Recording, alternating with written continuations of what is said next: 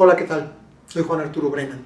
Sean ustedes bienvenidos a uno más de nuestros momentos musicales. En esta ocasión, como en algunas anteriores y las que siguen, momento musical y charla de apreciación musical previa a los conciertos de la temporada de verano 2022 de Orquesta Sinfónica de Minería.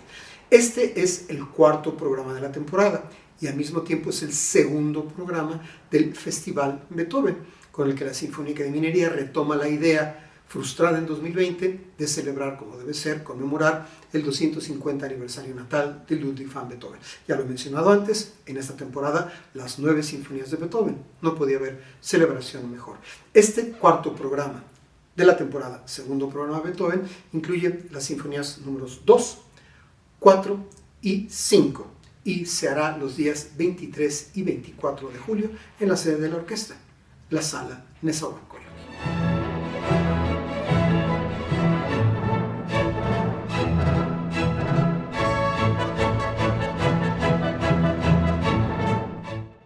Iniciamos con la segunda sinfonía. Recordatorio, la primera data de 1800. Beethoven compuso la segunda entre 1801 y 1802 y la compuso no en Viena, sino mayoritariamente en un pequeño poblado cercano a Viena de nombre Heiligenstadt, que muy probablemente a muchos de ustedes les suena. En efecto, ahí, en ese lugar, Beethoven compuso el famosísimo documento que conocemos como el Testamento de Heiligenstadt, donde Beethoven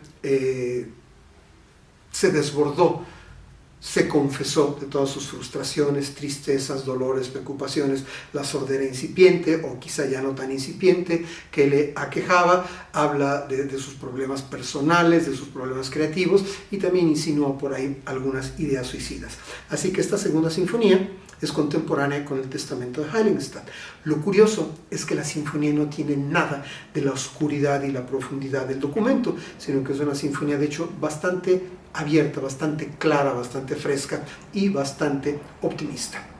Esta sinfonía, la segunda de Beethoven, se estrenó el 5 de abril de 1803 en la ciudad de Viena, en otro de esos conciertos maratónicos de los que ya he hablado anteriormente, donde Beethoven se dio el lujo de estrenar 3 obras suyas: su tercer concierto para piano, su oratorio Cristo en el Monte de los Olivos y esta segunda sinfonía.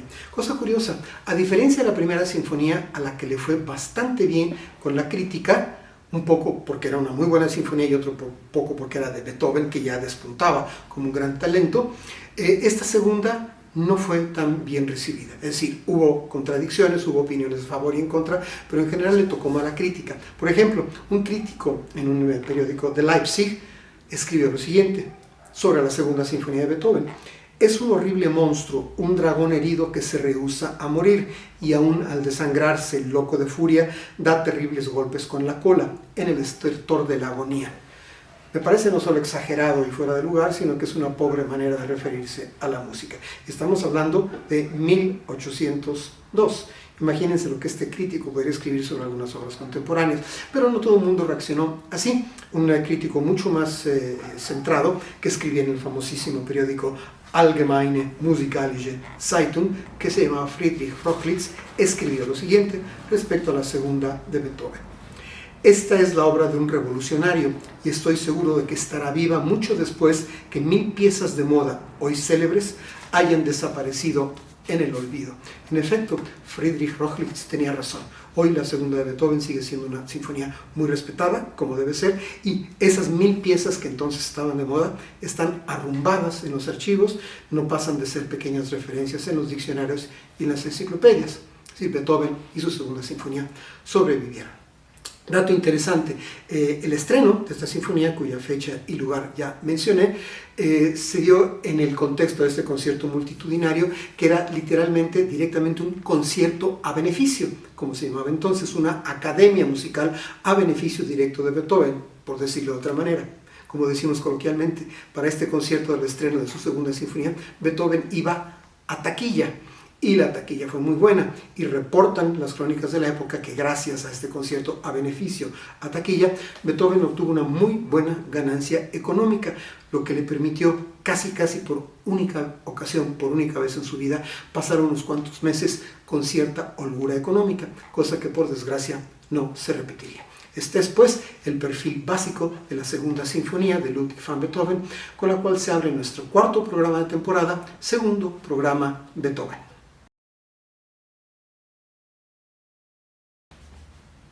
La segunda obra del cuarto programa de temporada, que es el segundo programa Beethoven, temporada de verano 2022 de Sinfónica de Minería, es la cuarta sinfonía de Ludwig van Beethoven. Una sinfonía que forma parte de no es un hecho, sino de esta discusión que los musicólogos han tenido durante mucho tiempo, en la que menciona que las sinfonías impares de Beethoven, la 1, la 3, la 5, la 7 y la 9, son las sinfonías explosivas, novedosas, sorpresivas, potentes, etc. Mientras que las sinfonías pares, 2, 4, 6 y 8, son como remansos de tranquilidad. Yo no sé qué tan cierto es eso, pero es algo que se ha mantenido durante mucho tiempo, desde la época de Beethoven. La cuarta sinfonía, que es la que nos toca discutir ahora, pertenece a este mundo de las sinfonías aparentemente tranquilas, plácidas, dulces, suaves y fáciles. No hay nada fácil en Beethoven. Alguien dijo alguna vez que esta sinfonía, por el lugar particular que ocupa, era como una doncella griega situada entre dos gigantes nórdicos, cosa que no es una mala expresión. Imagínense, la poderosísima tercera, luego la cuarta, que es menos explosiva, y después la poderosísima quinta. Algo de razón tienen los que dijeron esto. Bien, vamos a los hechos. En el periodo 1805-1806, que es cuando Beethoven creó la cuarta sinfonía, Europa estaba en caos. El señor Napoleón Bonaparte se estaba dedicando a masticar y apropiarse una gran cantidad de bienes raíces a lo largo de toda Europa. Y una de las consecuencias de las muchas que tuvo es que la calidad de vida en la ciudad de Viena, donde habitaba Beethoven, disminuyó bastante y se volvió una ciudad muy, muy conflictiva. Lo curioso del caso es que en medio de estas circunstancias tan problemáticas, Beethoven tuvo una especie de explosión creativa, y en ese periodo, imagínense lo que compuso: su cuarto concierto para piano, su concierto para violín, su sonata para piano Appassionata, ¿sí? Compuso también el inicio de su ópera Fidelio, que es su única ópera, compuso los 3 bellísimos cuartetos Razumovsky y compuso además la cuarta sinfonía, todas ellas consideradas obras de altísimo nivel.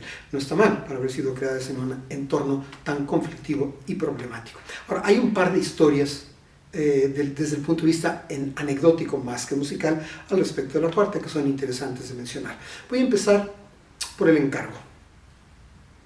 La sinfonía número 4 le fue encargada a Beethoven por un noble, otro noble de los muchos que se cruzaron en su vida, el conde Franz von Oppersdorf. Resulta que este conde era tan, pero tan melómano, que tenía en su propiedad una muy buena orquesta, y no solamente eso.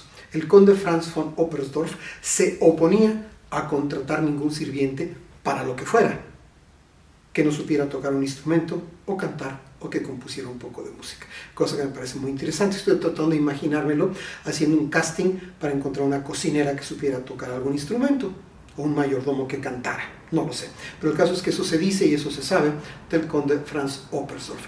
Ahora, lo interesante es que no hay registro ninguno de que la sinfonía número 4 de Beethoven haya sido estrenada en la propiedad del conde Oppersdorf o por su orquesta. No hay datos ciertos. De lo que sí hay un dato cierto es que al año siguiente del final de su composición, en 1807, se dio un concierto privado en el que aparentemente se estrenó, no lo sabemos de cierto, la cuarta de Beethoven. Y este concierto le reportó a Beethoven un notable beneficio económico, no tan grande como el del estreno de la segunda, así que tuvo otro pequeño momento de holgura en cuanto a los dineros. La otra anécdota es todavía mucho más personal. Justamente en el periodo en que compuso la cuarta, particularmente en 1806, Beethoven hizo una visita importante. Visitó a su amigo, el conde Brunswick, en su propiedad de Martonvásár, allá en Hungría. Y con la visita al conde Brunswick, conoció Beethoven a sus 3 hermanas, a las famosísimas hermanas Teresa, Carolina y Josefina Brunswick. Y ahí, en ese entorno, fue donde nació esta especie de telenovela emocional, musical, histórica, que es de la carta a la amada inmortal de Beethoven. Durante mucho tiempo, musicólogos, chismógrafos históricos, grafólogos, etc., se le han pasado especulando quién de ellas 3 era la amada inmortal. Circula ya por la red una serie de documentos y de textos en los que se dice que finalmente ya se descubrió quién era la famosísima amada inmortal de Beethoven, pero ¿qué creen? No se los voy a contar mejor descúbranlo ustedes mismos, porque es una historia bastante interesante. De hecho, hay una película reciente, biográfica, ficticia, que se refiere al asunto, aunque no nos da la solución ideal. Busquen ustedes en la red y averigüen quién de todas ellas fue en realidad la amada inmortal de Beethoven. El caso es que, además de las turbulencias en Viena, Beethoven tuvo esta historia personal de haber ido a conocer a estas tres hermanas Brunswick en casa de su amigo el conde y haber tenido esta fogosa, profundamente emotiva y misteriosa relación con la que hasta la fecha conocemos como la amada inmóvil. Este es, pues, un poco del perfil musical, histórico y chismográfico de la Cuarta Sinfonía de Ludwig van Beethoven. Al final de la década de los 1950, el destacado compositor, director y funcionario musical mexicano Carlos Chávez dio una serie de conferencias en la Universidad de Harvard. Una de ellas, la que nos interesa hoy, lleva por título La repetición en la música, y es un documento musicológico harto interesante. Como su título lo indica, se trata de una breve exploración de cómo funciona la repetición en la música. Aquí, como introducción mía y como introducción de Chávez en esa conferencia, les diré que la repetición es uno de los elementos absolutamente básicos de la música. Es precisamente gracias a todo aquello que se repite en una composición musical que la podemos conocer, reconocer, recordar, aprender, memorizar, etc. Entre otras cosas, es por eso que mucha música moderna y contemporánea, que forma parte de lo que conocemos como la corriente de la música no repetitiva, no le gusta a la gente, porque si no hay elementos de repetición es muy difícil asirse, es muy difícil agarrarse de algo con las orejas y con el cerebro, y entonces la música como que no pega. Entonces, basado en ese hecho absolutamente incontrovertible de la apreciación musical, Chávez procede a abordar en esa conferencia el ejemplo más importante, creo yo, de la repetición en la música, digamos en la música clásica, que es, por supuesto, el primer movimiento de la Quinta Sinfonía de Ludwig van Beethoven, que es el ejemplo, digamos, más notable y más representativo de esto que Chávez quería demostrar.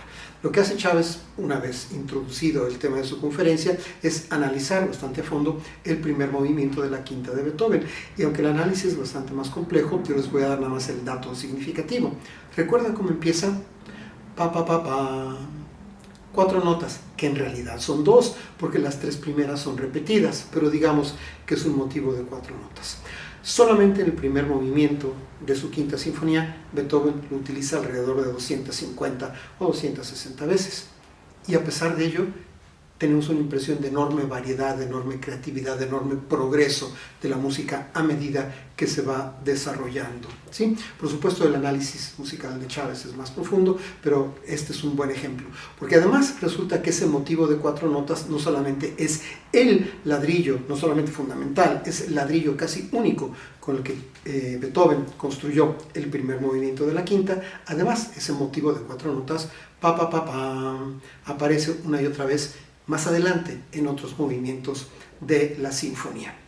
Por supuesto, imagínense ustedes, 1808, que apareciera este ejercicio de música casi repetitiva, casi minimalista, pues por supuesto iba a causar un revuelo, y vaya que causó un revuelo. Hay anécdotas miles al respecto. Hay una que se ha circulado mucho a lo largo del tiempo y que dice que el gran compositor francés Héctor Berlioz convenció a un maestro suyo, al compositor Jean-François Le Sueur, que fuera a escuchar la Quinta Sinfonía de Beethoven. Le Sueur le hizo caso a Berlioz, fue, y dicen que en plena ejecución de la obra, el buen señor Le Sueur gritaba: auxilio, socorro, aire, denme aire, necesito salir, alguien que me ayude, esto es portentoso, esto es maravilloso, no puedo más. Que me parece una reacción absolutamente lógica para haber escuchado la Quinta de Beethoven en aquel tiempo. Dicen además que una vez que acabó la ejecución, Le Sueur salió de ahí y confesó a sus cercanos que la impresión había sido tal que después del concierto no había podido encontrar su cabeza para ponerse su sombrero. Y fue precisamente en un concierto durante la temporada navideña del año 1808 que se estrenó la Quinta Sinfonía de Beethoven, en otro de esos maravillosos conciertos maratónicos de la época, muchos de los cuales, por cierto, asociados con Beethoven, que ojalá a alguien se le ocurriera reproducir en nuestro tiempo. Serían agotadores, serían extensísimos, pero yo creo que serían un maravilloso homenaje histórico a la memoria de Beethoven. Fíjense, esa noche durante la temporada navideña de 1808, se estrenó el cuarto concierto para piano, la quinta sinfonía y la sexta sinfonía de Beethoven. Con eso ya daba para un programa de muy buena duración, pero Beethoven no se iba a detener ahí. Además, tocó el piano en la interpretación de su fantasía coral para piano, coro y orquesta. Tocó el piano solo en una fantasía pianística suya. Hizo interpretar el aria de concierto a Pérfido y también hizo interpretar varios fragmentos de su misa en do mayor. Es decir, un concierto que debió haber sido maravilloso. Además de lo que ya les he platicado, hay un par de datos conexos con la quinta sinfonía de Beethoven que bien vale la pena recordar, aunque ya se han repetido muchas veces. El primero de ellos es el hecho de que el motivo, la célula con la que Beethoven arma el primer movimiento de la sinfonía y que repite en momentos posteriores, pa, pa, pa, pam, fue utilizado durante la Segunda Guerra Mundial por los aliados como un emblema de la victoria, porque resulta que la V de la victoria en el alfabeto Morse se escribe 3 cortas y una larga, 3 puntos y una raya. Pa, pa, pa, pa. Entonces, eso fue un asunto emblemático de recordar a Beethoven para fomentar el ánimo victorioso de los aliados durante la Segunda Guerra Mundial. Y lo otro es que dicen que lo dijo el propio Beethoven, que ese tema era un emblema, era, digamos, un sello que significaba el destino tocando a la puerta. El caso es que más allá de la V de la victoria o del destino que toca a la puerta o no, el hecho escueto es que toda la sinfonía, no solamente el primer movimiento, toda la quinta sinfonía de Beethoven es un portentoso edificio musical, uno de los hitos grandes en la historia de la sinfonía. Más allá de la importancia histórica, lo que importa es que es una obra profundamente atractiva y hay que escucharla y emocionarse. Y sí, ¿por qué no? Perder la cabeza como la perdió el señor Jean-François Lesueur y como la han perdido, como la hemos perdido tantos al escuchar, sobre todo por primera vez, la quinta sinfonía de Beethoven, con la que concluye el cuarto programa de la temporada 2022 de la Orquesta Sinfónica de Minería.